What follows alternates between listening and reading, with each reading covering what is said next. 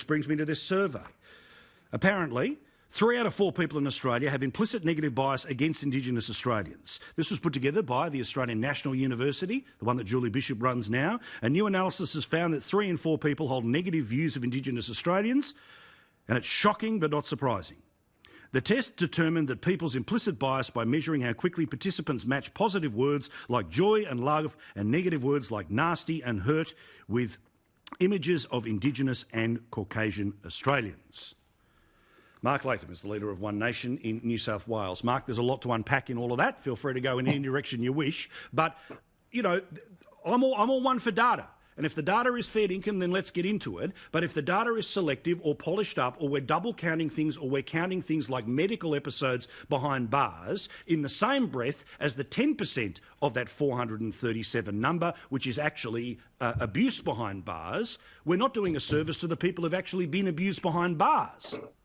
Well, that's right. You know, at one level, Paul, you've got to hand it to the left, because we talk about the march through institutions. I mean, because of one incident in the United States, the apparatus of the media, academia, arts funding, cultural groups, websites have piled in with the biggest bunch of fake news we've ever seen in this nation's history. Starting with the notion that 432 Indigenous have been murdered in the prison system or police custody. The figure is actually 0. In the last 30 years, you can't identify a prison guard or a police officer who's murdered any Indigenous. And I'd refer the viewers to the Australian Institute of Criminology report that sets it out chapter and verse, the natural causes in prisons, prison bashings, of course, between inmates. And, you know, the point about the prison system is that some people have been sentenced to life. And there's a public expectation they will die in jail. They will die in jail. Their crimes have been so heinous. And for the police, even something like a car chase and an accident, you know, a bunch of idiots are in a runaway car and they smash and kill themselves, that's counted as a death in custody, but no fault of the police, no fault of police. So the number is 0.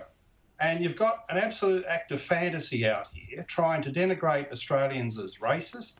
We're no such thing. I mean, the ABC have reheated this implicit bias survey dating back to 2009. You might remember on this show, Paul, we spoke about the real data, the detailed study by the behavioural economics team of the Australian government in 2017 that de-identified the job applications in the Australian public service. And they found out, and this is the real data, that once people knew the names of the job applicants, minorities were 7% more likely to get a job, and the overwhelming big beneficiary of employment bias in Australia was Indigenous women, who were 22% favoured in this system. And the people doing the bias were, by and large, white men like you and me. And those who missed out on jobs, if there was a bias, it was against them as well. So we have seen here complete and utter fake news that does no credit to the people spreading it, and sadly for the Indigenous community in this country, which got, you know, substantial problems, but not through a lack of government spending, not through a lack of land rights, not through special grants and discrimination programs to give them jobs. The real tragedy here is that the system, the left-wing system, has gone into overdrive trying to convince people they're victims and the system owes them something. Well, that is equal to permanent poverty, because the bottom line is government can provide opportunities, but unless people have a realisation that you study hard at school, you get a qualification, you work hard, get a good job, and leave something better for your children, well, you're buggered for life.